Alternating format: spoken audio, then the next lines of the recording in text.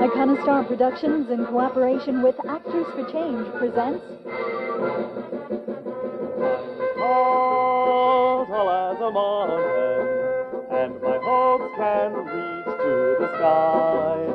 And my strength is my desire, and my dreams can help me fly. And the twistings of each road I'm on make me open up my eyes.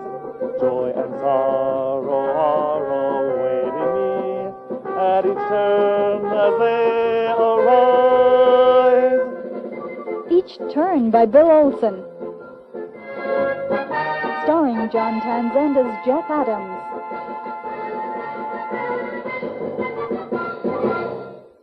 Episode 6. Xerxes and the Bay of Salamis. You've reached the receptacle of Monica and Gordon.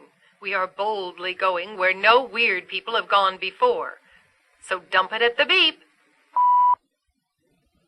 Gordon, it's Jeff. I've finally written a film script. It's based on a little-known fact of early American history. People were desperately poor. Paper money was controversial. Some refused it as payment, so its value kept dropping until it was worthless. Some hated paper money, but others loved it. Someone named John Witherspoon wrote, "We constantly saw creditors running away from their debtors, and debtors pursuing them in triumph and paying them without mercy." There were even riots by people who wanted paper money when the government refused to print it. I think it'll be a fun, unique story. One of the things that caught my attention was that today we couldn't see life without paper money. It's funny how we take certain things for granted. Call me back and tell me what you think. This is Monica Evans. I'm currently away from my desk. Leave a message at the beep or press 0 for an operator. Hon, this is Gordon. Guess what? Jeff finally wrote a script. It's about history. I like the idea, but I'm not sure how your people will take to it. Modern American audiences seem so dense sometimes. No offense. You're different, of course. What really bothers me is the financing. I mean, it's a costume drama. I can do a modern story for $40 with public access video, but a costume drama, I have no idea how to pay for that. I'll have to ask Jeff about it. I gotta get my hands on that script. Maybe I shouldn't get my hopes up too high. His writing has a lot of room for improvement. He probably wrote a piece of trash. You've reached the receptacle of Monica and Gordon. We are boldly going where no weird people have gone before. So dump it at the beep. Hey, Gordon, Monica. I'm glad Jeff finally has a script. It's been 2 years since you had one to direct. And don't worry about how good it is. First you write, then you rewrite, right? Gordon, it's Jeff. You weren't home, so I left the script behind that green box on your porch. Hope you like it. You've reached Cameron Wallace Productions. This is Julie Sherman. Your call is very important to us, so leave a message after the tone.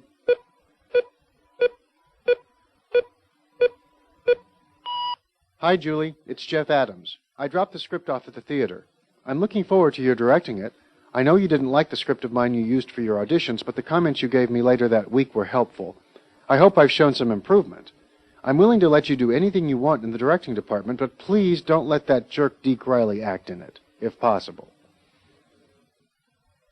Hi, it's Jeff. Leave a message and I'll call you back. No, don't do these things.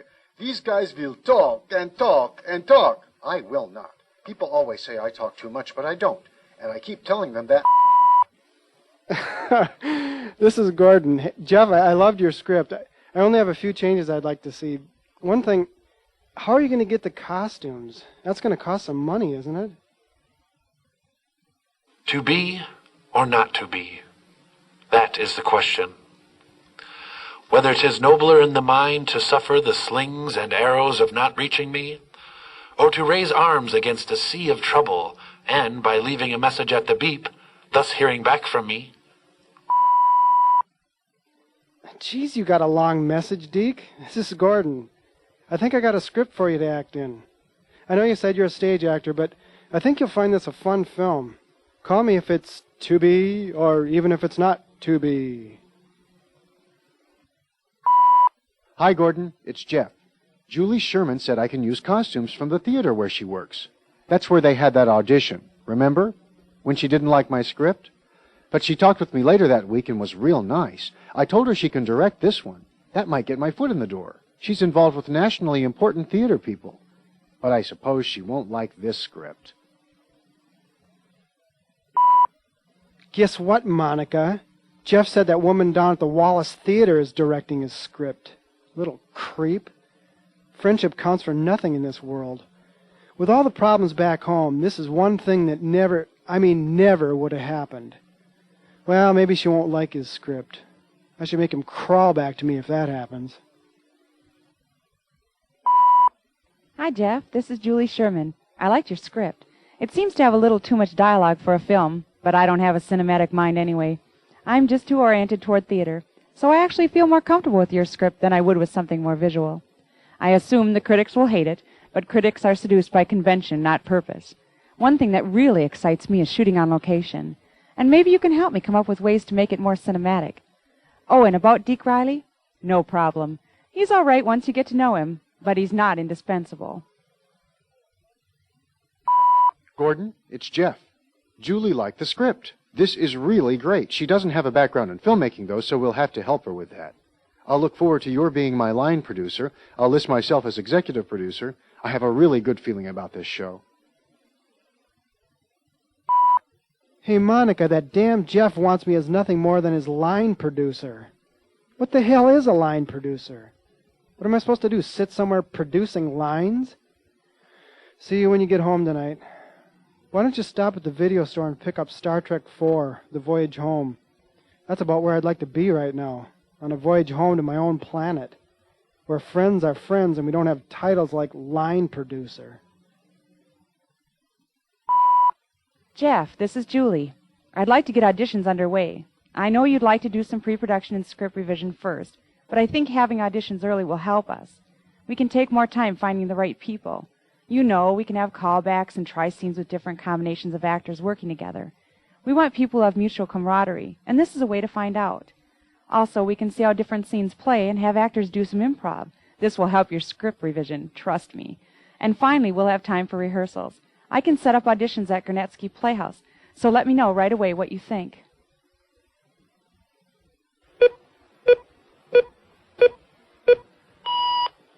I think that's a great idea, Julie. This is a big production, and I'm starting to become overwhelmed. If you can handle setting up the auditions, I'll take care of the camera equipment and production schedules.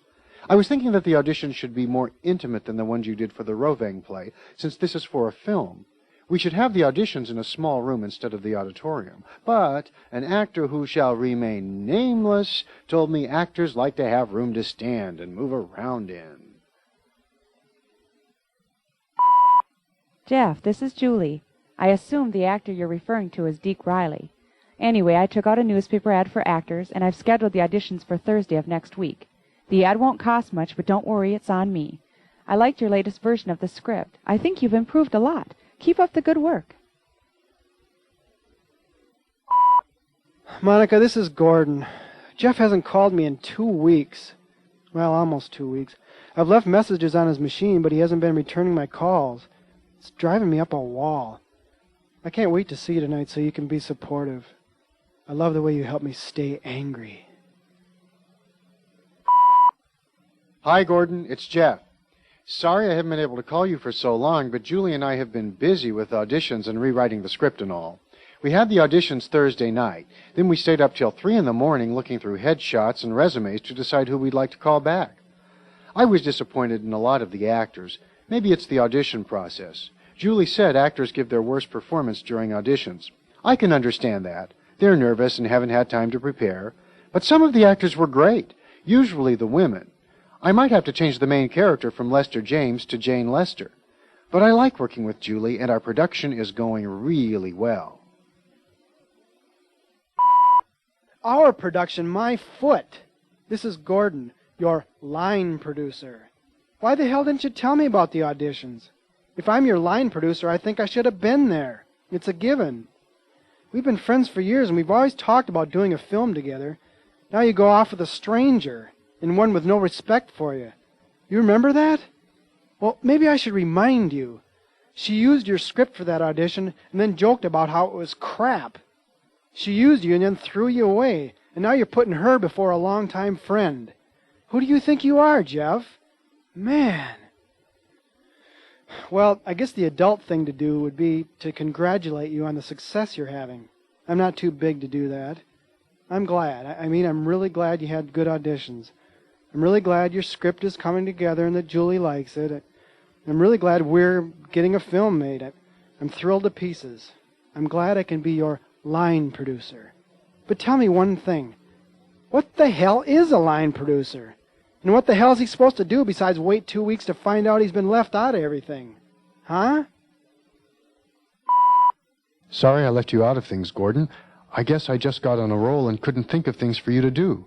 By the way, a line producer is someone whose title is producer, not executive producer, not co-producer, and not associate producer.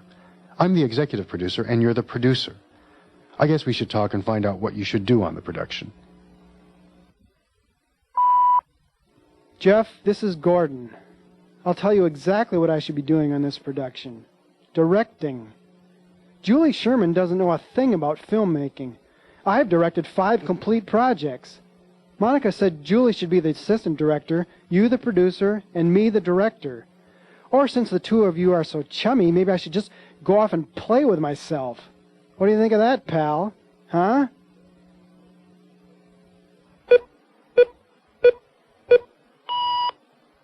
My name is Monica Evans, and this call is for Julie Sherman.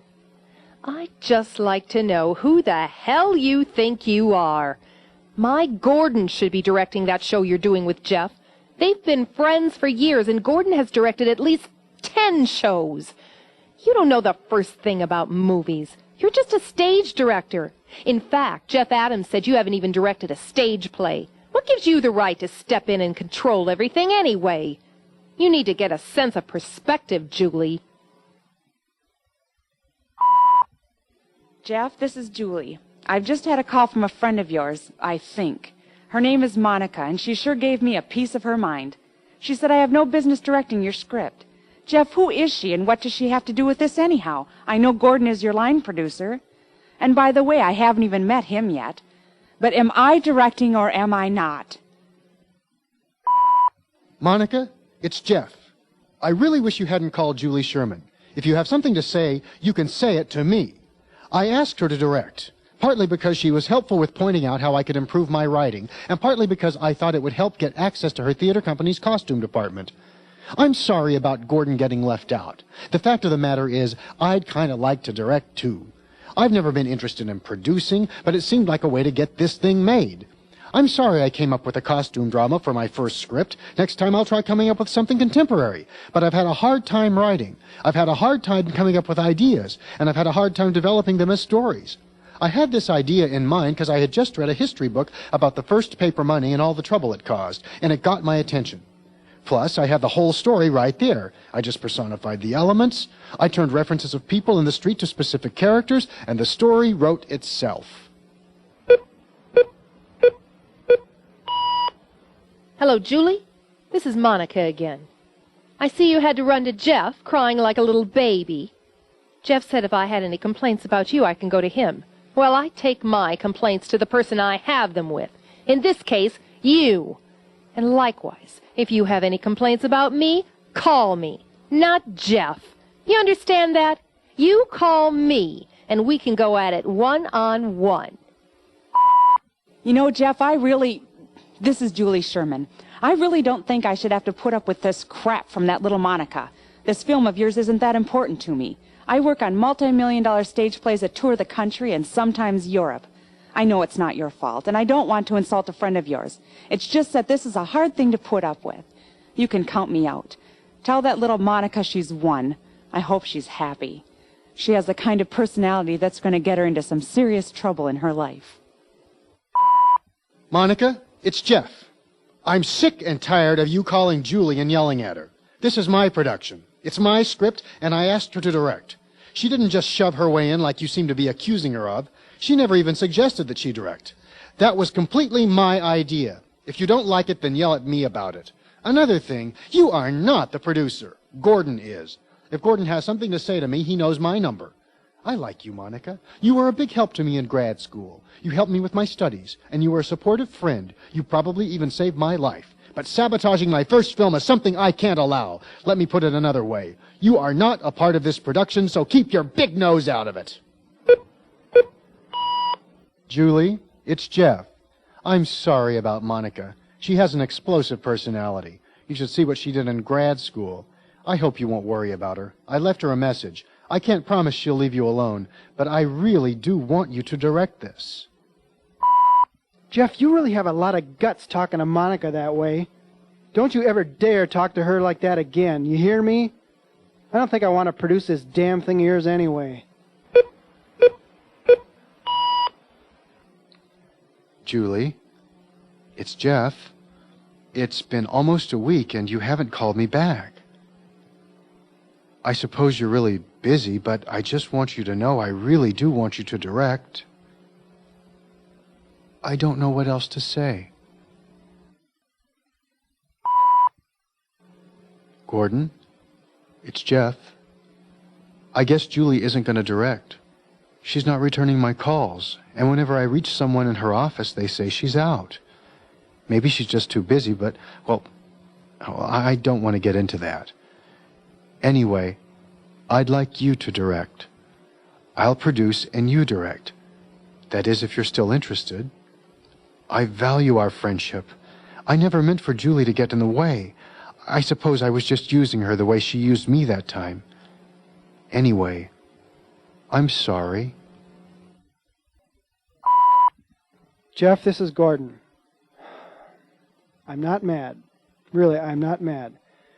We've been pals for a long time. I wouldn't want our friendship to be harmed by such a stupid little thing. It's too bad Julie's dropping out. It'd be nice if she were grown up enough to tell you instead of not returning phone calls. I always hate it when people do that. I think they do it just because they're too inept to deal with situations. I'd like to believe she's not going far with that attitude, but I've watched people pretty intensely for a number of years, and I think she probably has the prime ingredients for success in this culture. She just plays the game and has no sense of what's right and decent. Anyway, Jeff, I'll direct. It's a given. I like the script. It's fun. I can see some things I'd like to do with some of the characters that you're not doing, but if you're open to changing some things, maybe we can sit down and talk about it. Okay? This is Jeff. Gordon, I'm glad you're going to direct. We'll do some great things together. I'll be happy to talk to you about changing things in the script. Also, I have the actor information from our auditions. I know you didn't get to see the actors, but I have the headshots and resumes, and I have both Julie's and my notes. Let me know. Jeff, I have my own ideas of whom I'd like to cast. I've worked with some fine actors over the years, and I've seen some people in plays recently whom I'd like to work with. I have one actor lined up already. His name is Diedre Kay. I met him earlier this year at Theater in the Round. He's really good. I think he'll do fine on screen, even though he's only done stage before. So let me know when you're available, and we can sit down and talk about the script. I do not want Diedre Kay in this production. He's a rude, stuck-up slob. As far as I'm concerned, he can jump off the high bridge. I guess you can tell I know who he is. That's because I met him at the drama lab a week before I met Julie. He, in fact, was there when Julie pulled that crap with my script.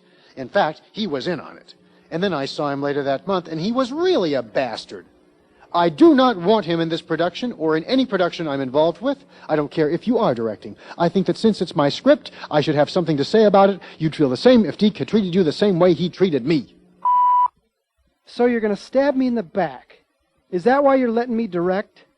Tell me, Jeff. Tell me one thing. What's the difference between Julie and Deke? They both jerked you around. What's the difference? Why can you work with Julie at the expense of a friend, and then when your so-called friend wants to work with Deke, suddenly you freak? Why is this? You're crazy. They should lock you up. You're just looking for any excuse to jerk me around. I'm sick of it.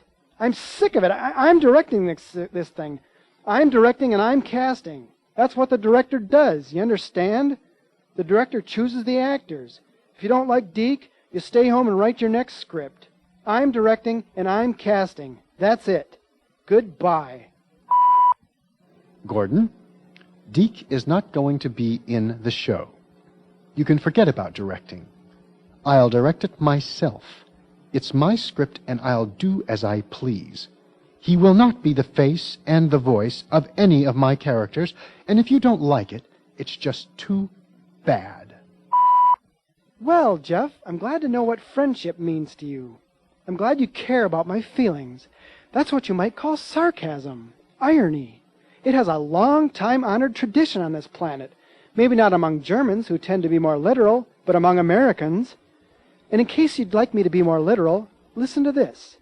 You're selfish and mean. If you direct anything for someone else, I hope you don't try to defend your artistic rights. Don't be a hypocrite, Jeff. That's the worst, to be a hypocrite.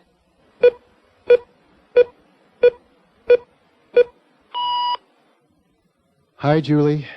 This is Jeff Adams. I'm not calling to convince you to direct. I just needed to tell someone how I feel, and I don't have anyone else. I'm realizing now that I don't have many friends. My only real friends are Gordon and Monica, and now we're fighting. How I feel is, well, I feel like Xerxes at the Bay of Salamis. He ruled the Persian Empire and was really on a roll, having had some great military successes.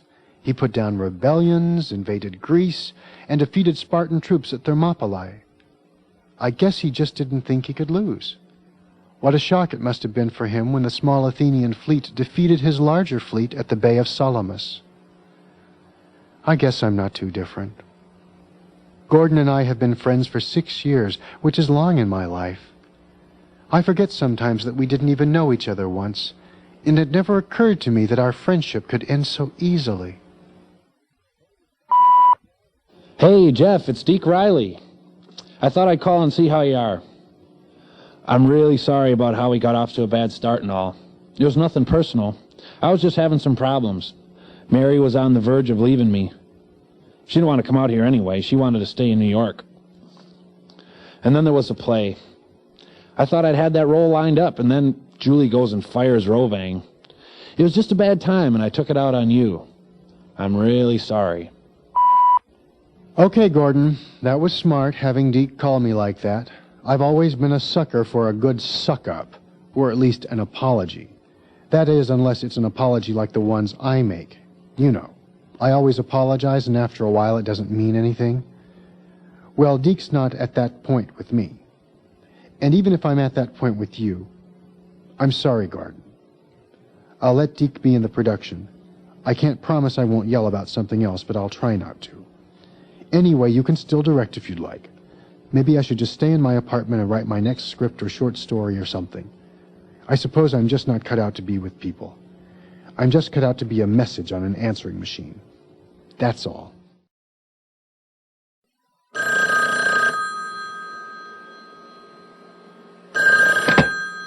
Hello? Hi, Jeff. Hi, Gordon. So I wondered when you were available to talk about the script. Oh, sure. Yeah, let me get my calendar. I'm really glad you called. Yeah? Well, me too, pal. Me too.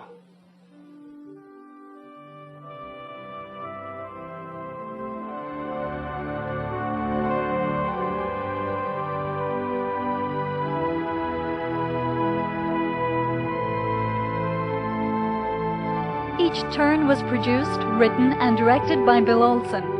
The associate producer was John Townsend. Episode 6, Xerxes and the Bay of Salamis, starred John Townsend as Jeff Adams, Jay Blake as Gordon, Diedre Kay as Monica, Harry Kaiser as Deke, and Cindy Marchet as Julie.